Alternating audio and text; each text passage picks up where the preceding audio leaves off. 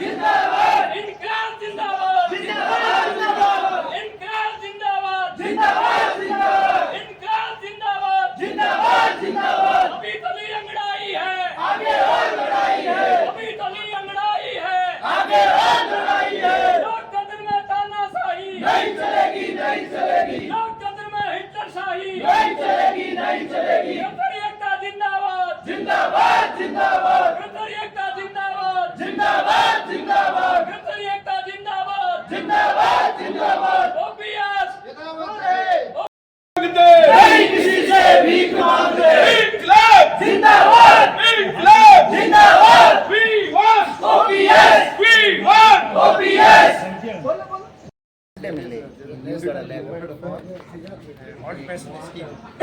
ये बैनर तले पूरे भारतवर्ष में सभी जिला मुख्यालयों पर ओपीएस पेंशन स्कीम को लेकर के धरना प्रदर्शन और ज्ञापन का कार्यक्रम है।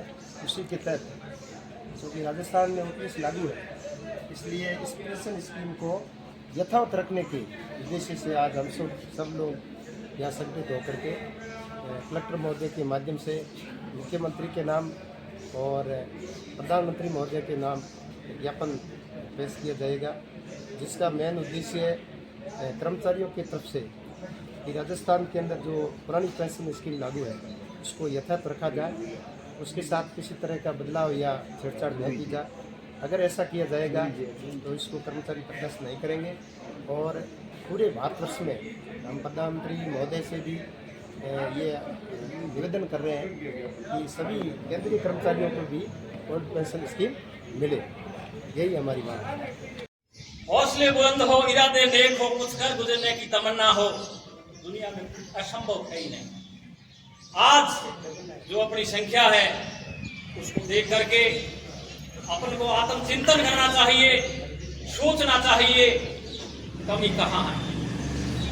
आज शिक्षकों पर, कर्मचारी वर्ग पर जो नाना तरह के प्रयोग किए जा रहे हैं, सरकार की नीति और नीति में क्या है ये किसी से छुपा हुआ नहीं है। इसलिए अपन को संघर्ष की जाजम पर आना होगा।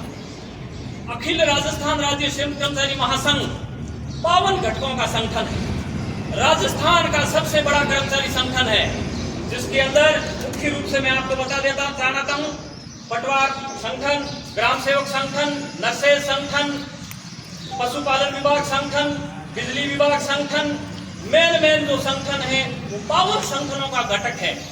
आज अपन कितने लोग उपस्थित हैं आज नहीं है, अपने पास में समय नहीं है तो अपना भगवान ही रुका। साथियों मैं कहना चाहता हूँ जब तथाकथित संगठन आह्वान करता है हम उनकी इजाजत पे बेशक चले जाते हैं, हमें कोई आपत्ति नहीं है। जब शिक्षक हितों की और कर्मचारी हितों की बात आती है तो हमें एक जाजम पर जाने में कोई आपत्ति नहीं है।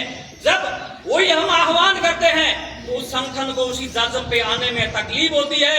मैं तो ये कहता हूँ कि उस तथाकथित संगठन को अपना प्रेस नोट जारी करना चाहिए कि आप ओपीएस के पक्ष में हो या यूपीएस के पक्ष में हो। हाँ, मानते हैं कर्मचारी संगठनों की कोई सरकार नहीं होती है, सरकार वो हमारी हितैषी होती है जो कर्मचारी हितों की बात करती है, कर्मचारियों के लिए अच्छी अच्छी नीतियां लागू करती है, वो हमारी सरकारें होती है।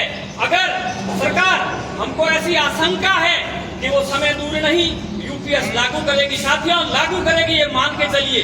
केंद्र सरकार की योजना है, राज्य सरकार उसको हर कीमत पे लागू करेगी। अगर अपन अभी जागरूक नहीं हुए और सरकार के पास में एक मैसेज नहीं गया, जो विभिन्न प्रकार के सरकार के खुफिया तंत्र होते हैं वो सरकार तक सूचनाएं पहुंचाते हैं कि शिक्षकों में कितना आक्रोश है, शिक्षक क्या चाहते हैं, कितने संगठन हैं, कितने शिक्षक संघर्ष पे आए हैं। अगर ये खुफिया रिपोर्टें जब उन तक पहुंचती है और फीडबैक जाता है तो उससे सरकार का हौसला बढ़ता है। इसलिए मैं तो ये कहता हूँ कि जब कर्मचारी हितों की बात आए, चाहे कोई भी संगठन हो, किसी प्रकार का संगठन हो, अपनी निजी महत्वाकांक्षा को छोड़ करके संगठन की संघर्ष की जाजम पे आना चाहिए।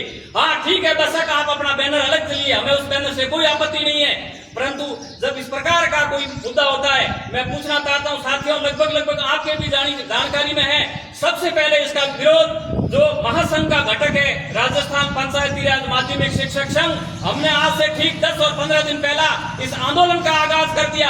पूरे राजस्थान में एक साथ हमारे ज्ञापन की उस दिन की भीड़ से आज की भीड़, आज तो पुरानी पेंशन बहाली राष्ट्रीय आंदोलन संगठन और महासंघ के बैनर तले हो रहा है। 52 संगठन जिसके साथ में 52 संगठन में भी आपस में विभाजन होने के कारण में ये पुरानी पेंशन बहाली राष्ट्रीय आंदोलन गठन हुआ। इसके अंदर कोई सब संगठन शामिल है, ये कोई अलग नहीं है, इनके लिए कोई घटक नहीं है। उसमें भी अपन एक दर्जन पे आने पे सोचते हैं, अपनी अपनी निजी महत्वाकांक्षा अपन सोचते हैं, अपन साथ में बैठने से बताते हैं, तो ये अपने लिए संकेत नहीं है। मैं तो यही कहता हूँ कि संघर्ष का वादा होना चाहिए, संघर्ष करना चाहिए। जिन्होंने संघर्ष किया और अपने हक के लिए लड़ाइयाँ लड़ी, ये अखिल राजस्थान राज्य कर्मचारी महासंघ के शिक्षक नेता हुए थे उदय सिंह राठौर, जो विधायक भी बने और उन्होंने सरकार में रहते हुए कर्मचारी हितों के लिए बहुत अधिक बढ़िया नीतियां लागू की और फैसले किए। तो आज अपनी क्या स्थिति है, अपन को आत्मचिंतन करना चाहिए, मनन करना चाहिए। साथियों कहते हैं मिल करके एक हो जाए तो बन सकते हैं खुर्शी दे मुदी, वरना बिखरे सितारों से क्या बात पड़े।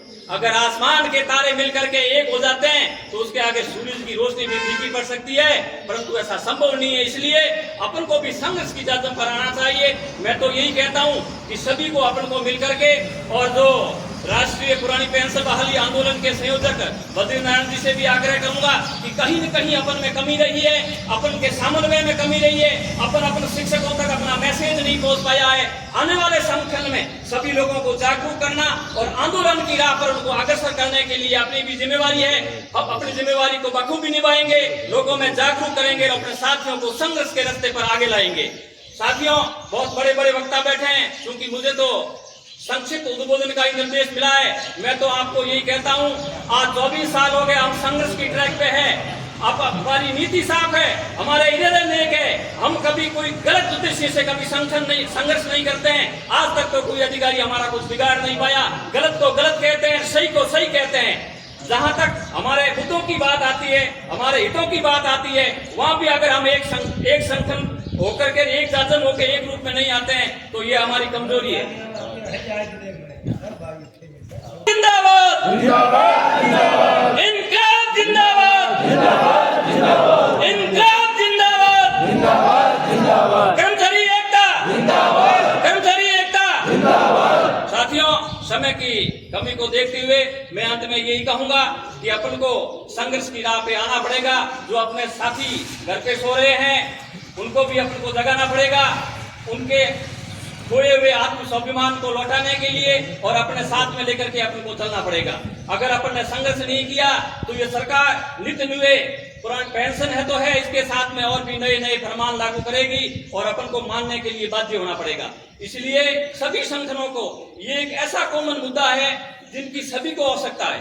अगर अभी से सरकार के पास में सकारात्मक मैसेज गया और सरकार को ये पता हो गया कि कर्मचारियों में आक्रोश है, कर्मचारी आर और पार की मूड में है, तो सरकार इसको लागू करने के लिए सोचेगी। मैं ज्यादा समय नहीं लेकर के यही कहूंगा, जय संगठन, जय हिंद।